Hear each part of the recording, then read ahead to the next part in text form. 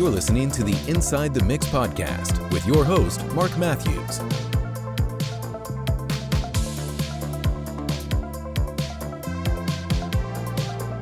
Hello, folks, and welcome to the 150th episode of the Inside the Mix podcast. If you are a new listener, make sure you hit that follow button in your podcast player of choice.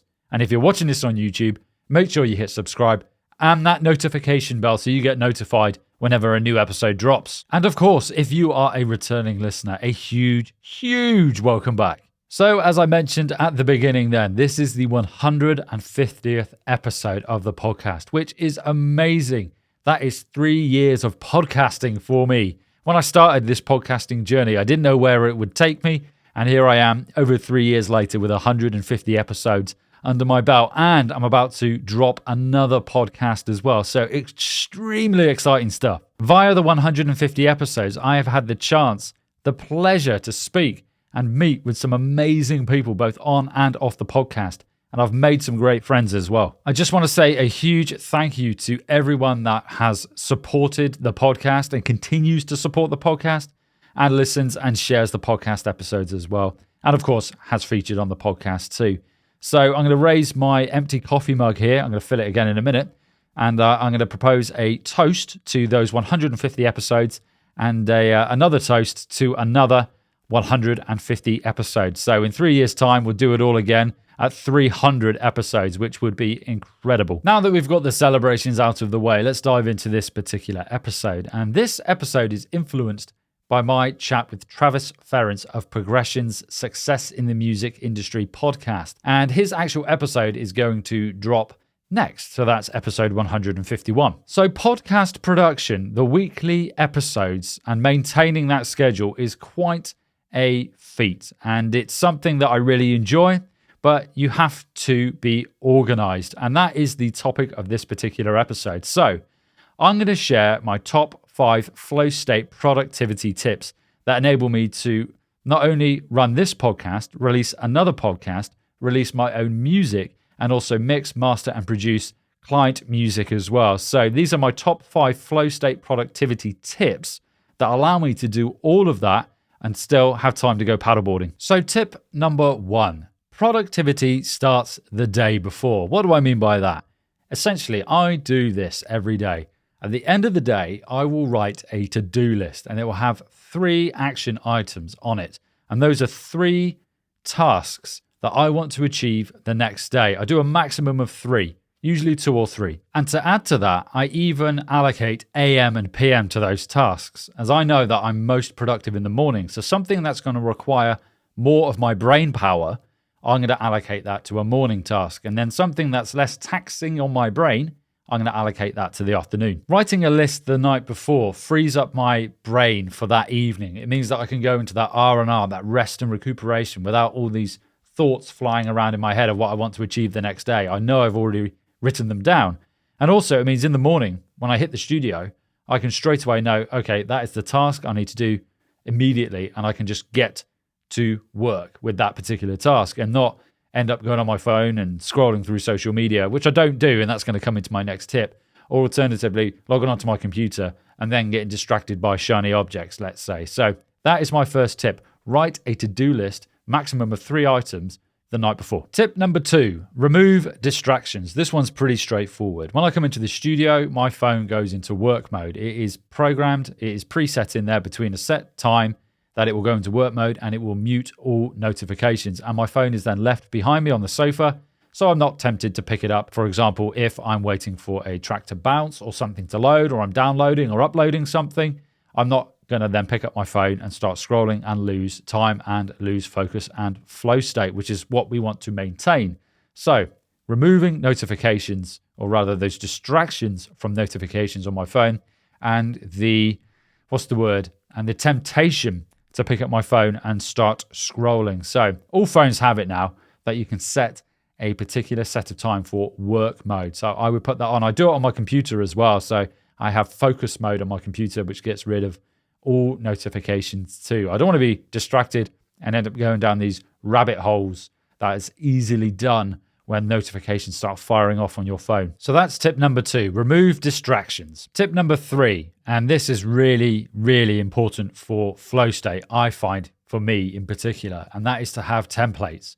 So I have templates for mixing in Logic Pro, I have templates for mastering in Reaper, and I also have templates for podcast production as well. And that enables me to just hit the ground running. So I've set my to-do list the night before. For example, that following day, I'm going to edit a podcast. I know I can download the audio from Riverside, chuck it into my template, and I can quickly go in there, hit the ground running with all of the plugins, all of the setup and arrangement that I need. And I can just drag the stems in and just get cracking straight away. So templates are key. And I also use it for production as well. So go back and check out episode 61 of the podcast. And that is 3 tips for pre-production, where I go through the pre-production process and using a template. And there's also episode 142, which is introducing the Logic Pro mixing tips limited series podcast of mine, and that is the importance of pre-production. So go check out that one as well. So that's my 3rd tip. Use templates wherever possible. So this is my 4th tip, and it is kind of specific to Logic Pro, but I've enabled the 3rd tool. So that enables me to have the selector tool, the marquee tool, and the gain tool. 3 tools that I use the most, and I can quickly flick between those 3. And that's set up in Logic Pro so that I know every time I open it, I'm going to have those tools available to me. And they're the ones I use the most. Probably the scissor tool after that. That being said, I am actually going to invest some time into investigating sound flow and integrating that in my workflow in Logic Pro, because I want to create and use already created macros for most used features in Logic Pro to further speed up my workflow and enhance my flow state. So keep your eyes open and your ears open as well, as I may drop an episode dedicated to that. Who knows? But in short, my 4th tip, use the 3rd tool in Logic Pro. So here's my 5th and final tip, and it is to track what you are doing in terms of time. And this really helped me, in particular when I was setting rates for client projects. So when I was doing a mix, doing a master, when I'm doing podcast production, editing, recording episodes, interviews, I track the time it takes me to do it. That way, when I'm planning the next day or the week, I know exactly how long, well, approximately, I'm getting pretty good at judging it now, something should take. And I can put it into my calendar and allocate specific time. I can block out time for that task. And in doing so, I know that, okay, I've got that amount of time to get it done, and I know I can do it in that time. You're setting yourself, not really, well, I guess you could call it a hard deadline. And I find if I do the opposite and just have an open time frame, I will fill that time. And it's just not efficient.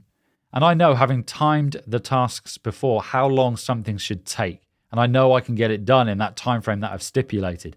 So it's all about being efficient and organized with your time. So that's my 5th and final tip, and that is to time your tasks. Time the tasks that you complete so that you know how long something should take, and then you can plan accordingly for the next day, the next week, the next quarter, the next year, and then put it and allocate time in your calendar for those tasks. So there we go, folks, my 5 top flow state productivity tips.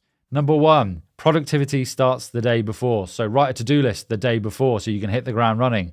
Number 2, remove distractions. So use silent mode and work mode on your mobile phone when you hit the studio or your place of work. So number 3, use templates so you can kickstart whatever creative process you are undertaking. That could be mixing, mastering, production, podcast production, whatever it may be. So tip number 4 was to use the 3rd tool in Logic Pro to enable it if it's not already enabled.